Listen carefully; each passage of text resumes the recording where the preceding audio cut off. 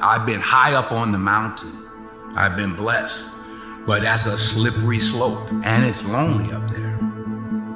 Happiness is not something you postpone. Happiness is not something off in the future. Happiness is something you design.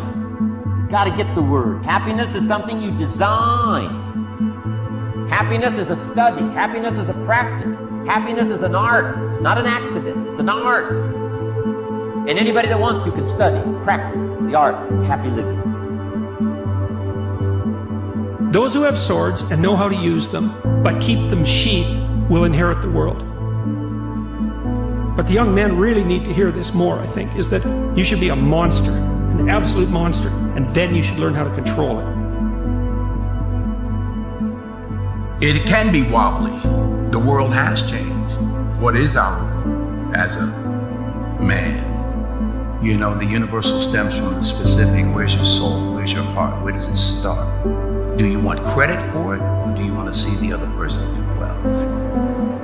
Where you remember that there's a world out there trying to tell you who you are, and there's a world in here that's trying to tell you who you are. Now, where do you want to put your eggs? Because the world outside is very noisy and very tempting, and it has all the razzmatazz, it has all the tinsel and all the glitter. It's got all the toys. But that's because you don't think you're enough in the first place. If you don't think you're enough in the first place, the whole idea of the world to sell you stuff is, first of all, they have to make you feel bad about yourself. Money doesn't make you sophisticated. Only study and practice makes you sophisticated. Only study and practice makes you cultured.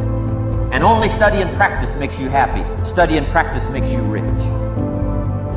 If you think the price of winning is too high, wait till you get the bill from regret. And that bill from regret is generational. And there's a lot of people listening to this that bill has been passed on from generation to generation, and you are holding that bill right now. And somebody in one of your generations has to pay that bill off in order for the generation to move on.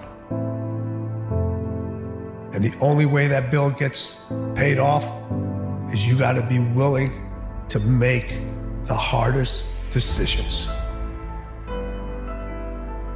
No one dies unexpectedly.